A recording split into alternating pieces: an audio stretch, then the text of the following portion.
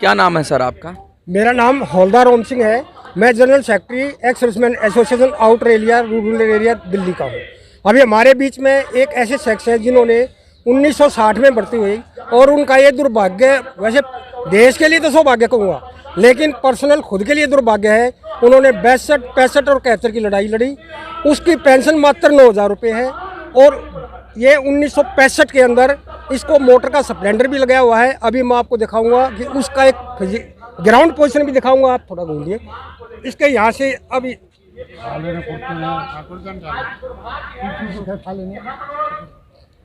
ये देखिए अभी भी छर्रों के निशान हैं। ये देखिए बम के छर्रों इन्होंने अपने पूरे शरीर पे झेले हुए हैं और ये निशान हैं। अभी लड़ाई का जो अनुभव होगा ये उधर ये सिपाही बाजू में भी बाजू में भी सुखबीर सिंह ही बताएंगे। वो डरावनी भयानक रात ये स्प्लेंडर लगा था आपके साथ में, कैसे 1962 के युद्ध की कुछ यादें हैं आपको? 1962 में लद्दाख में थे। लद्दाख में थे आप? हाँ। जब चाइना से हुआ था? चाइना तो आज लद्दाख वाले तो अच्छा परफॉर्म किया था हमारी आर्मी ने। हमारा एक 11 ब्रिगेड था, हमारा अगली तरफ कह रहा था ब्रिगेड में, ब्रिगेड कमांडर था होशियार सिंह। होशियार सिंह आपके आगे चल रहा था?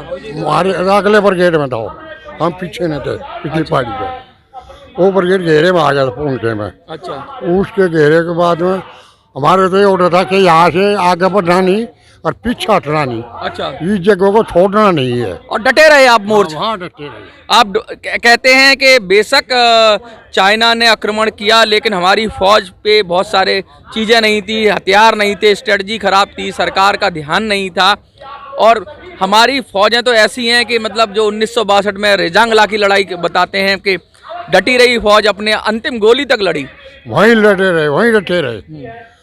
वहाँ लड़ाई सीज फायर होने के बाद भी 2.5 साल 3 साल तक वहाँ रहे।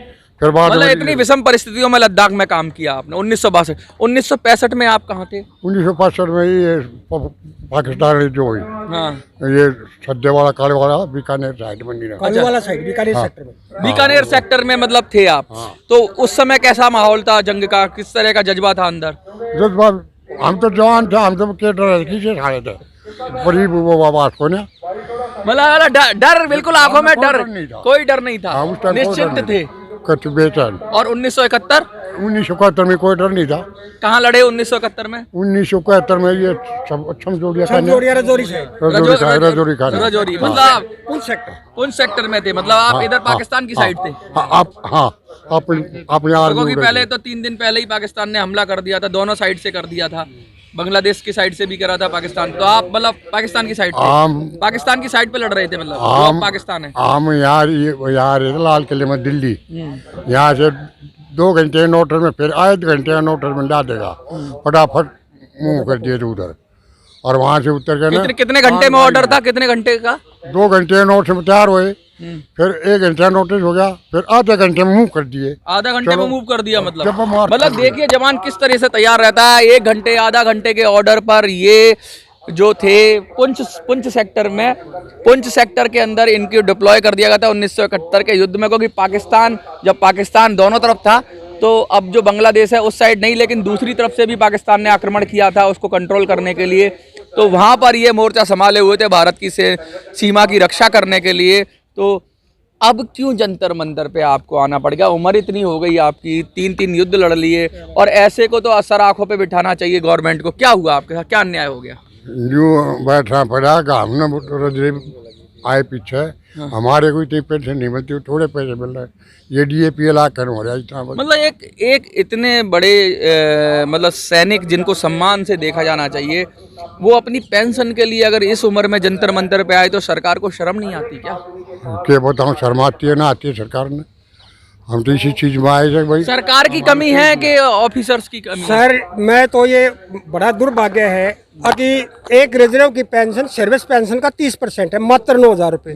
क्या आप सोच सकते हैं जिन्होंने देश के लिए 3 युद्ध झेले और उसको मात्र 9,000 रुपये, इस महंगाई के सिस्टम में इनको तो आराम करना चाहिए। और मैं तो कहूँगा जिसने 3 युद्ध किए गवर्नमेंट को इसको स्पेशल सम्मानित करना चाहिए, बजाय कम से कम एक सर्विस के सम्मान से कुछ नहीं होता ना। अगर बुजुर्ग हैं तो अपना जीवन चलाने के लिए कुछ धन की भी आवश्यकता होगी, ज्यादा ना दें। ये अपने हक का ही मांग रहे हैं ना, इनके साथ जो नाइंसाफी हुई है, ऐसा तो नहीं मांग रहे कि कुछ अलग से फेवर दे दे। भाई जो इनका हक बनता है वही दे दे सरकार।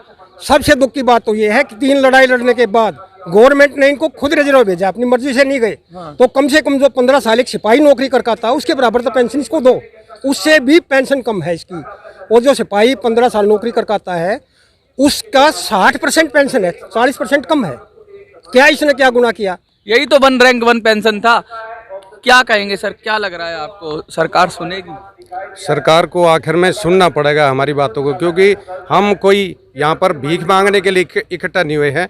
यहाँ हम अपना हक मांग रहे हैं और हक की बात के लिए जब तक हमारा संघर्ष सरकार नहीं मानेगी जब तक हम संघर्ष करते रहेंगे। संघर्ष करते रहेंगे, करते रहेंगे। जज्बा है, हाँ जोश है। पक्का। पहले दुश्मन बाहर था तो लड़ना आसान था, लेकिन अब तो घर के अंदर, और दुश्मन नहीं कह सकते उसको। वो भी हमारे साथी हैं लेकिन गद्दारी कर रहे हैं। गद्दारी कर रहे हैं। देखिए, गद्दारी से निपटना बड़ा मुश्किल होता है। आप दुश्मन से निपट सकते हो क्योंकि पता होता है, लेकिन गद्दार से निपटना। देखो, मैं गद्दारी तो नहीं कहूँगा क्योंकि गद्दारी शब्द तो हमारी भाषा में है ही नहीं। वो हमारे से ये कहूँगा कि वो रास्ता भटक चुके हैं, रास्ते से वो अलग हो चुके हैं। उनको अगर सॉफ्ट शब्द कहना चाह रहे हैं, उन्होंने गद्दारी का आपने रास्ता भटका हुआ, क्या आप क्या समझते हो? हम तो ये कहेंगे कि पहले भी वो लोग एक हवलदार के ही से या वार से निकले हुए हैं और उनके बच्चे अफसर बने हुए हैं। तो उनके माँ बाप और उनके जो बुजुर्ग थे वो भी पहले एक सिपाही थे, फिर उन्होंने प्रमोशन लिया और फिर उसके बाद वो आगे बढ़े, और आगे बढ़ने के बाद वो अपना जो पीछे का उनके फादर थे उनको भूल गए। इनको शर्म नहीं आई ऐसा डिस्क्रिमिनेशन, ऐसा भेदभाव करते हुए? कहीं इनका जमीर नहीं जागा? जिन लोगों ने भी ये नीति बनाई उनको बिल्कुल भी जमीर नहीं था क्या उनका? मैं तो भगवान से यही प्रार्थना करूंगा कि उनको सद्बुद्धि दे। एक वेटरन 3 लड़ाई लड़का है, हमारे को दुख आता है, और मैं तो ये कहता हूँ, मैं मंच के माध्यम से ये घोषणा करता हूँ, भाई मेरी पेंशन इस रिजर्व को दे दी जाए। हम क्या कर सकते?